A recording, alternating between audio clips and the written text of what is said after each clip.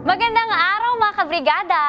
Ako po si Hannah Perez at malugod kong inaanyayahan kayong samahan kami ngayong araw ng Lunes sa programang Brigadahan One Tahanan. Isang programa na nagbibigay tulong at nagbibigay ng pag-asa sa mga kabrigada nating nangangailangan. Sa bawat episode ng aming programa, ibabahagi ho namin ang mga kwento ng pag-asa, kabayanihan at pagbabago na nagmula sa brigadahan. Ito'y programa na nagpapakita ng ganda ng pagkakaisa at pagmamalasakit sa ating kapwa. Ito ang Brigadahan One Tahanan.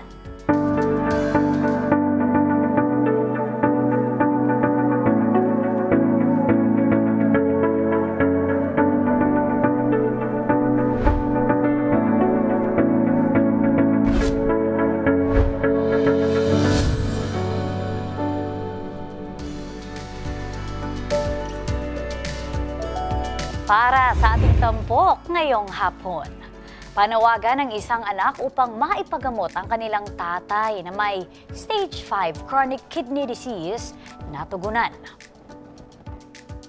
At 3 taong gulang na batang babae na lapnos. Pamilya na tulungan ng Brigada, Palawan. Lahat ng yan dito lang ho sa Brigadahan One Tahanan. Mga kabrigada, kung ano ang ipinakita mong pag-aaruga sa iyong mga anak, siya namang igaganti ng iyong mga anak sa iyo pagdating ng panahon. Ngayong hapon, tunghayan natin ang kwento ni Tatay Pio Bandula mula sa Camarines Norte na una nang naging sandigan ng kanyang pamilya. Ngayon na nahaharap siya sa isa sa pinakamalaking pagsubok sa buong buhay nito, ano ba ang kayang gawin ng pamilya upang malampasan?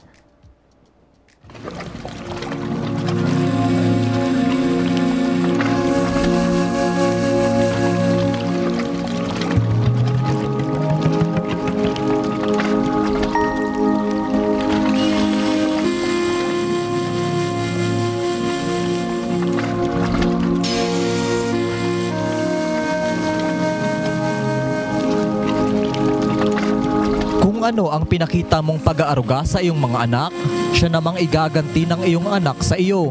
Si Tatay Pio Bandula ng Barangay Manggisok, Mercedes, Camarines Norte, sandigan noon ng kanyang pamilya, ngunit ngayon ay nahaharap sa pinakamalaking pagsubok sa kanyang buhay. Siya si Tatay Pio Bandula, 76 na taong gulang, dating mangingisda, nakatira sa Barangay Manggisok, Mercedes, Camarines Norte. Ayon kay Tatay Aldrich, isa sa mga anak ni Tatay Pio, isang mabuti at matulunging ama si Tatay Pio. Isa lamang umano itong mangingisda, subalit nagawa nitong buhayin ng maayos ang kanyang pamilya. Sa mahabang panahon, siya ang naging pundasyon at sandigan ng pamilya Bandula sa lahat ng kanilang pangangailangan. Subalit ngayon, may edad na at lumabas na rin ang samot-saring sakit ni Tatay Pio. Meron na itong diabetes at na-diagnose na rin na may stage 5 chronic kidney disease. Namamaga na rin ang kanyang mga paa, pataas sa kanyang mga baga. Madalas umano ay namimilipit na rin ito sa sakit at nakakalimot sa kanyang paligid. Kaya naman nagpasya ang isa sa kanyang mga anak na magtungo sa Brigada News FM Daet upang humingi ng tulong. Si Rhea Rehuso ay naglakas loob na manawagan sa palatuntunang Tira Brigada upang humingi ng tulong sa ating mga kabrigada. Ano po ang maitutulong ng brigada kay Ma'am Rhea? Nandito po ako para maghingi po ng kaunting tulong. Bakit po? Para po sa ama ko pong may sakit. Ano po ang sakit ng tatay nyo? Ano po yun? Chronic kidney disease stage 5. Stage 5 na po? Opo, tapos ang hypertension niya po is stage 2. Sa loob lamang ng maikling oras ng kanyang panawagan ay bumuhos kaagad ang tulong para kay Tatay Pio. Sabi nga natin, isang napakagandang gesture ng isang Pilipino. Tayo lamang po ang ganito. Tayo lamang po ang ganito, mga kabrigada. Sa Brigada News FM, pinagtitiwalaan po tayo ng ating mga kabrigada na tayo po'y nakakatulong. Yun, maraming salamat to, Ate Rhea. So far ho, Ang pera natin ay 3,523. O yan. O, Ate Rhea, ano masasabi nyo? Sobrang salamat po sa brigada, lalo na po sa USM Kiko. Sobra pong malaking tulong na po ito para po sa aking ama. Yan. Hindi yan hindi yan 3,523 plus may 500 pa tayo, tas 4,023 pesos na po yan. Umabot naman sa 4,500 pesos at mga diapers ang agad nakuha ni Rhea. Ipinangako din ng Brigada News FM Daet na hahanap pa ng tulong sa ibang mga institusyon at individual para matulungan pa rin ang may sakit na tatay.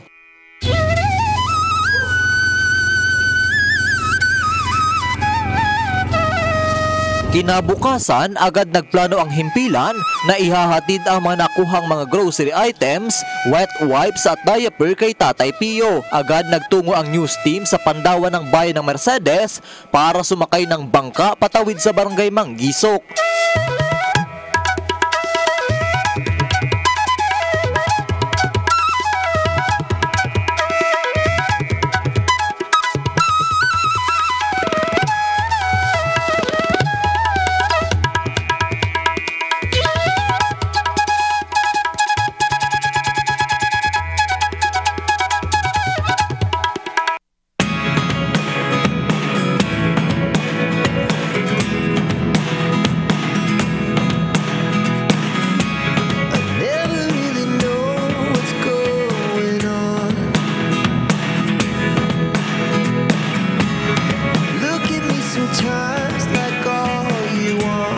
Bit-bit ang mga ipinadala ng ating mga kabrigada. Sumakay din ng tricycle ang news team para lamang maabot ang bahay ni Tatay Pio.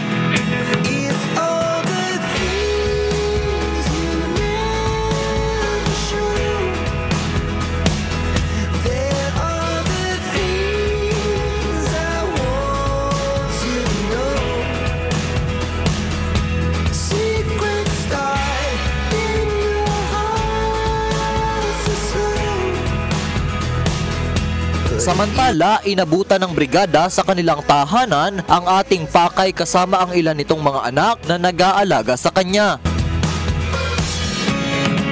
Sinalubong naman kami ng kanyang anak na lalaki na si Aldrich Bandula. Ikwento ni Aldrich sa amin ang paghihirap na dinadala nila sa araw-araw para lamang mapabuti ang kalagayan ni Tatay Pio.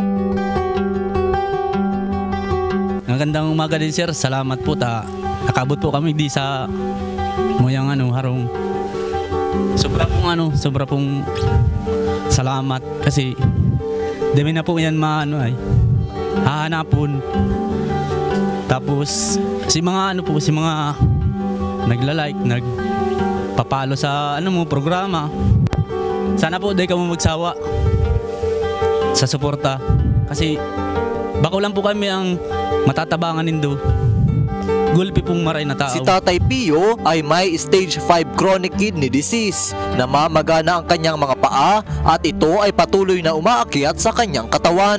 Ang pamamaga ng kanyang katawan ay dahil sa natatapong protina sa kanyang kidney. Mahal din ang gamutan sa ganitong klase ng karamdaman. Subalit sa kabila ng iniinda ni Tatay Pio, mababanaag pa rin sa mukha nito ang kasiyahan sa pagdalaw ng Brigada News Team. Malakas po monitor ng brigada sa kanilang bahay. Dito po ba sa barangay Manggisok, puro brigada ang pinakiking? Iya po. Ayon pa sa mga anak ni Tatay Pio, masugid na tagapakinig ng brigada ang matanda. Matapos ang kaunting kwentuhan, inabot na ng news team ang aming mga munting nakayanan sa pamilya Bandula. Ito po, sa atin po, ito mga bit-bit namin ngayon ay bigay po ng ating mga kabrigada. Alam niyo naman po sa atin na once na makita nilang may pangailangan yung ating mga bisita, talagang nagtutulong-tulong yan collectively. Marami pong salamat. Walang kasiguraduhan ang magiging bukas ni Tatay Pio dahil sa kanyang sakit. Sa kabila ng advanced stage na sakit nitong stage 5 chronic kidney disease, nananatiling positibo ang tingin niya at ng kanyang pamilya na madudugtungan pa ng Diyos ang kanyang buhay. Hanggang hindi sila binibitawan ng kanyang mga anak, walang takot o pangamba na makakatalo sa bugkos-bugkos na pamilya. Mula dito sa lalawigan ng Camarines Norte, ito si Christian Mago in the heart of changing lives.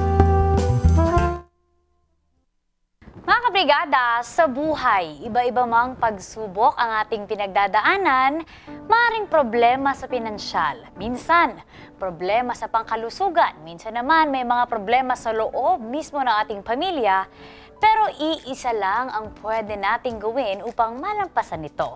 Ito ay labanan ng hindi nabubuwag sa isa't isa. Sana sa mga pamilya na may ganitong karanasan din, isa lang ang aral na pwede nating matutunan mula sa kwento ni Tatay Pio.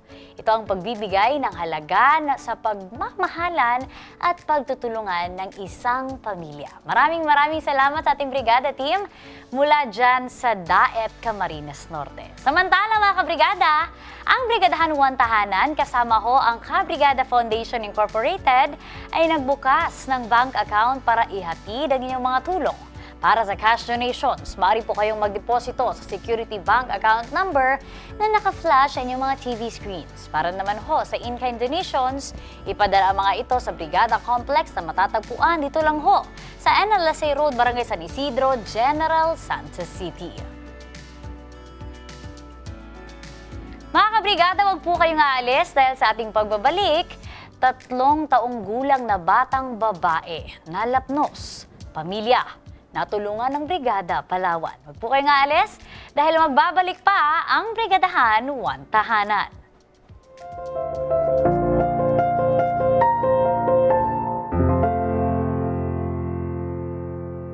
Mga kabrigada, sa ating pangalawang kwento ngayong hapon, nakakadurog ng puso ang sinapit ng 3 taong gulang na bata mula sa Palawan.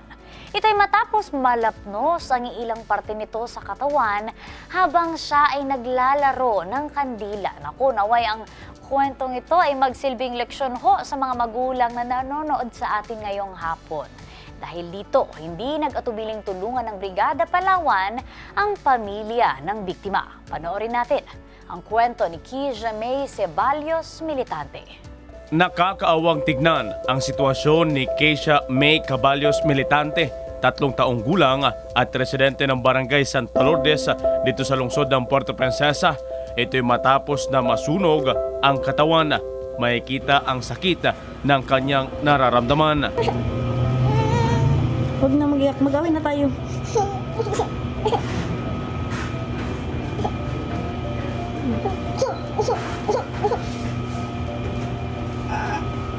Wait lang, mag-away na tayo.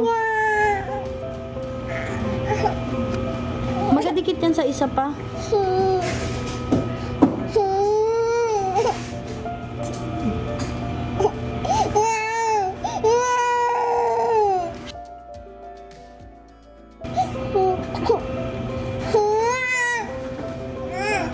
Wala na.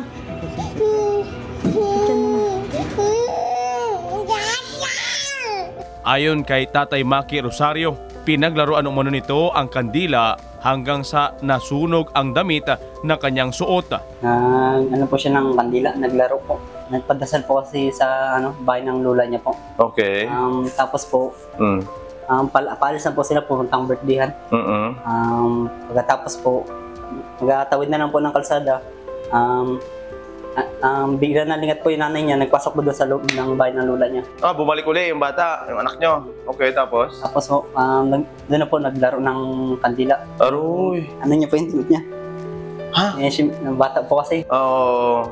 Doon sa nilagay niya sa baba niya? Sa kandila, naging ganyan po yung damit. Ay, gano'n niya? Tapos? Kapatid ng ano ko po. Tapos? Tapos po, pag nag-apoy-apoy na po siya, nagtakbo po siya palabas. Habang nagasunog? Nagasigaw po siya. Opo.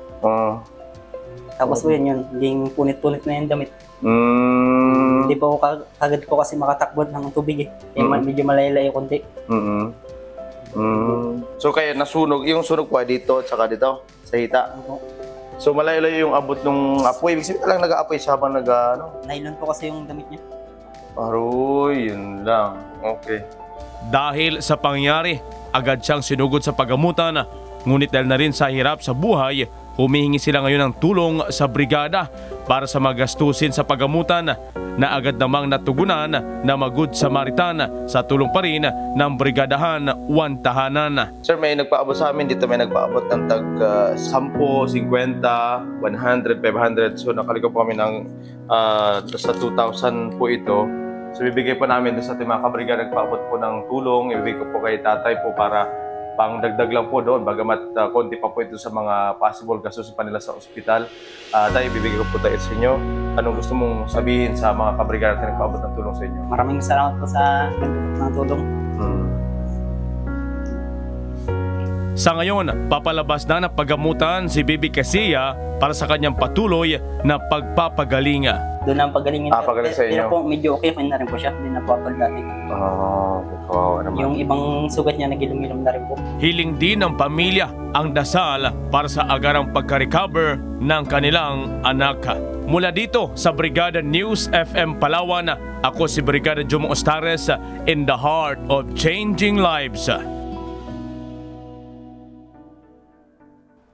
Mga kabrigada, tulad na lamang sa unang kwento na ating inihandog, family is everything. Kahit anong pagsubok man ang ating nilalabanan, palagi sana nating tatandaan na walang ibang makapagbibigay sa atin ng kakaibang comfort kundi ang ating mga pamilya lang. Kaya pahalagahan natin ang ating mga magulang na parating handang sumalo ng bigat ng problema sa buhay na merong pagmamahal. Sana ang kwento ni Baby Casilla ay kapulutan din ng aral na kasabay ng pagbuo ng isang pamilya ay isang napakalaking responsibilidad na dadalhin ng mga magulang hanggang sa kanilang pagtanda.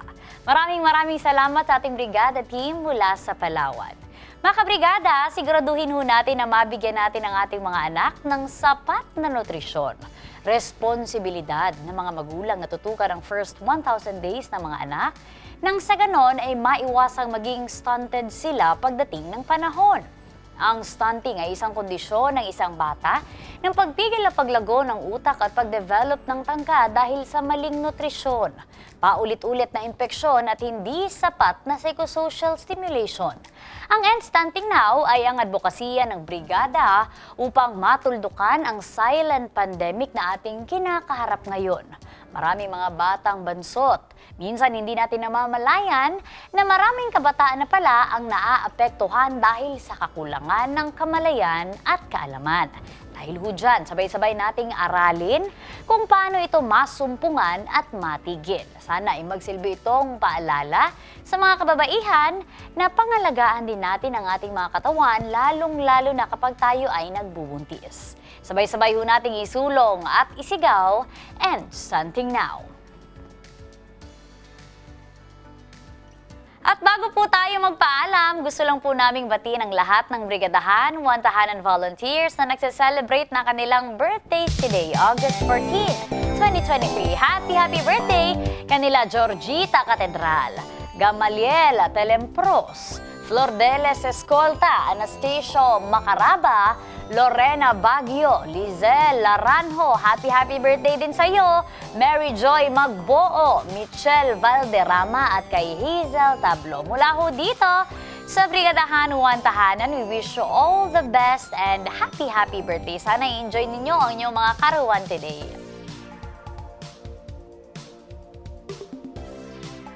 Maraming salamat sa inyong pagtutok sa aming programa ngayong araw ng Lunes, mga kabrigada. Sa muli po, ako si Hannah Perez, in the heart of changing lives. Ito pa rin ho, ang Brigadahan 1 Tahanan.